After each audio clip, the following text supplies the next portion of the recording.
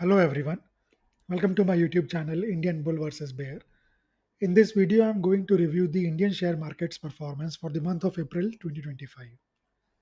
I'm going to cover these six topics. Number one, key market indices performance. Number two, sectors performance. Number three, key market drivers and influencers. Number four, IPO and other market activities. Number five, stocks and focus. And finally, future outlook and conclusion. Before moving on, please read the entire disclaimer carefully. This video is for educational purpose only. There is no buy, hold, or sell recommendation at all in this video.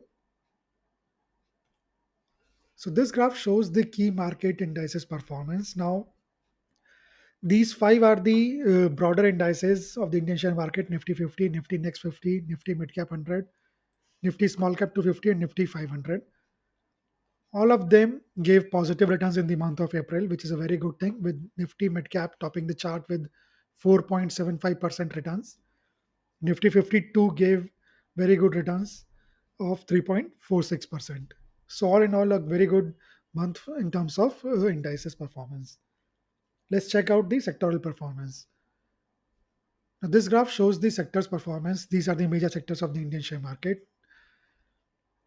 There are quite a few outstanding sectors clearly. Defense is one of them with 11.49%, the best sector for in the month of April.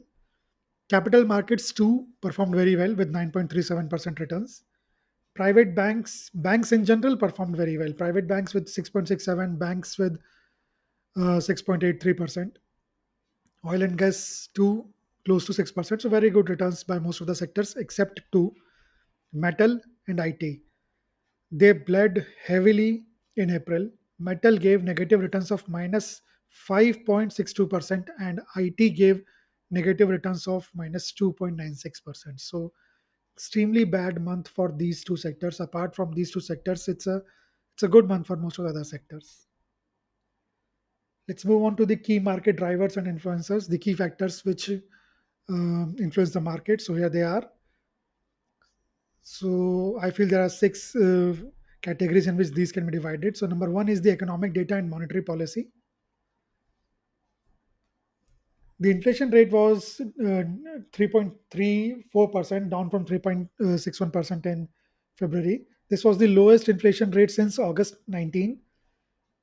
Month on month inflation for March 2025 was minus 0.26%, marking the fifth consecutive monthly drop. So, a very good thing. The trade data for March was released around 15th of April. India's trade deficit widened significantly to 21.54 billion in March, up from 14.05 billion in February. So, a 50% increase in deficit, a very, very bad thing. Next is the Monetary Policy Committee, led by the RBI Governor, unanimously voted to reduce the policy repo rate by 25 basis points to 6% now. This decision was effective immediately and announced on 9th of April. So, a very good thing. Next is the RBI also decided to shift its monetary policy stance from neutral to accommodative. Now, this too is a good sign for us as the investor at least. RBI also projected the real GDP growth for the fiscal year 25-26 at 6.5%. This is a slight downward revision from 6.7%, which was projected earlier in February. And finally, the CPI inflation for financial year 25-26 was projected at 4%, down from 4.2% forecasted in the February meeting. So, again, a very good point. The second factor is the gold, silver, and oil prices and the dollar to INR exchange rate. Gold prices in India experienced significant volatility throughout the April, but generally showed an upward trend. 24 karat gold saw an increase of approximately 3,000 rupees per 10 grams, and at the moment, by the end of April, by the end of the month of April, it the gold prices for 24 karat is around 96,000 rupees for 10 gram.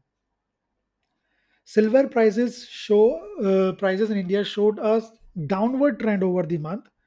Silver prices decreased by around 5,000 per kg. So I guess silver peaked a bit earlier. I think it peaked in March, and the current prices of silver around lakh rupees per kg. The crude oil prices, both WTI and Brent, experienced a notable decline in the month of April, the largest monthly oil price decline since 2021 was recorded in April, with WTI crude falling by over 16%. At the moment, the WTI crude uh, is around 58 to 60 per barrel, and the Brent crude is around 61 to $63 per barrel. The USD INR exchange rate experienced some fluctuations in April, but remained relatively stable overall, with a slight appreciation of the Indian rupee towards the end of the month, which is good for for the sectors which import and bad for the sectors of the companies which export. The exchange rate is around 84.50 at the moment. Next is the corporate earnings. Now, corporate earnings, several companies have already published the data. Several data is still due. The major companies which have published the data in the month of April are Vedanta, Coromandel, Bandhan Bank, RIL, Ultratech, HDFC, ICICI, Geo Financial, Adani Power, Jindal Steel, Poonawalla, FinCorp, and NTV. Amongst these Vedanta, Coromandel, Bandhan, RIL, and Ultratech Cement posted good results, whereas Adani Power, Jindal Steel and Power, Poonawalla, and NDTV uh, didn't published very good results, to say the least. Moving on to the most important factor, which is the global trade circus. On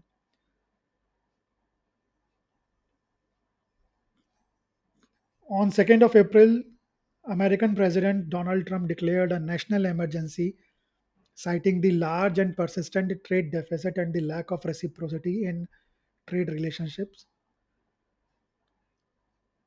Effective 5th of April, a 10% universal baseline tariff was imposed on the majority of goods imported into the America from all countries unless specifically exempted. From 9th of April, the US levied additional higher reciprocal tariffs on 57 countries with which it has significant trade deficits. These tariffs range from 11% to 50% and were calculated based on the bilateral trade imbalance. For India, it came out to be 26-27%. Now, China strongly condemned the US tariffs initially. It announced a 34% retaliatory tariff on US goods, following which the US increased tariffs on Chinese goods to 145%, a total madness, in my opinion. Then China further hiked its tariffs to 125% on American products effective 12th of April. China also stated that it would ignore any further US tariffs as the Chinese market could no longer accept US imports at those levels. India faced, as I said, faced a 26% reciprocal tariff effective from 9th of April, but that was later paused for 90 days, giving India time to uh, settle or break a deal with US.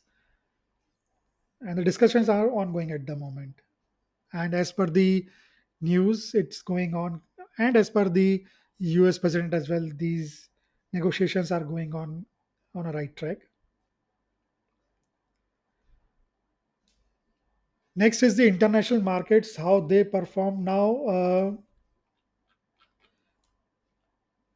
Most of the international markets around the world tumbled down due to USA's trade war. All major economies of the world are handling the situation differently. China and Canada have retaliated. EU is cautiously observing, whereas India is working on to find a fair way around. Now, here you can see the returns of the major indices of the top 10 global economies uh, for the month of April. US market gave negative returns of 0.76%. Chinese markets negative returns 1.7%, Japanese market positive returns 1.6, Germany positive return 1.34, UK markets negative return 1.25, France negative 2.53, Italy negative 1.18, Canada negative 0.30, and Brazil performed very well with the positive returns of 3.69. And if you remember, India's Nifty 50 gave 3.64% in the month of April. So India and Brazil performed very well. Japan and Germany too performed fairly well, and rest all are struggling. And finally, some good news is the FII returns. So foreign institutional investors invested 4,223 crore rupees in Indian share market in April 2025. They turned net buyers for the first time in 4 months. FIs were net sellers in 7 months in fiscal 2025, and the outflows increased significantly after October 2024 when the FIs sold equity worth almost 1 lakh crore in the single month. Now let's see the IPO and other market activities. So there was only one IPO, main board IPO, Ether Energy, in the April, four SME IPOs, and there were eight listings. And with very degree of success, Shri Ahimsa Natural listed at 17.65% gain, and Tank Up Engineers listed at 25% gain.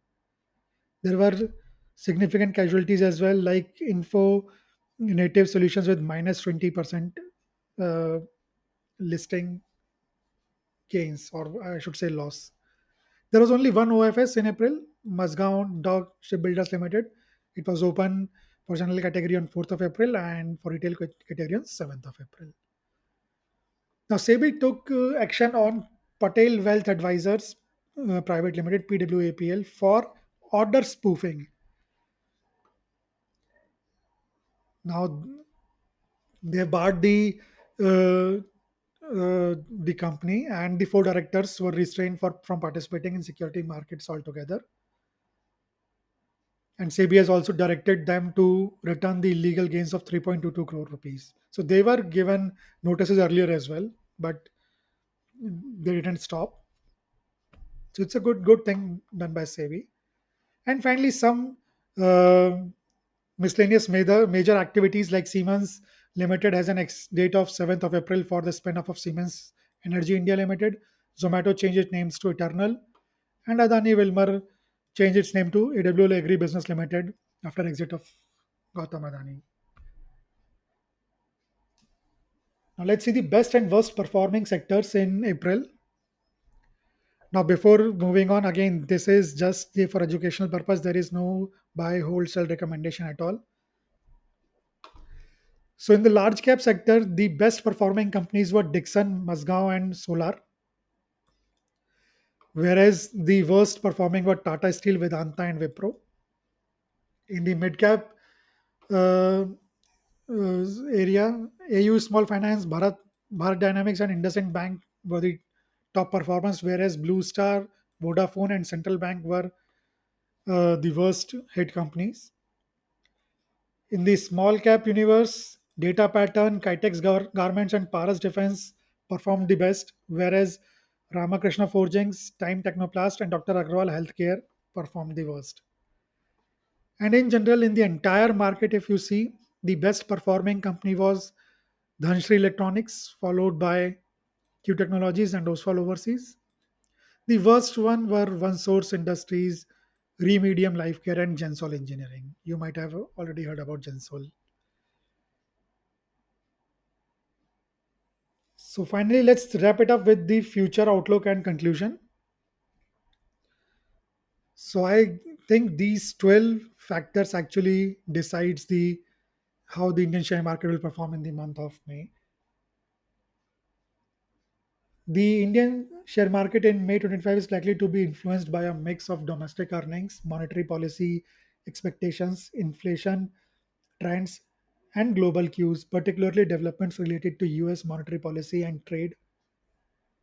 While strong domestic macroeconomic fundamentals offer some resilience, global factors and FPI flows will remain important determinants of market direction.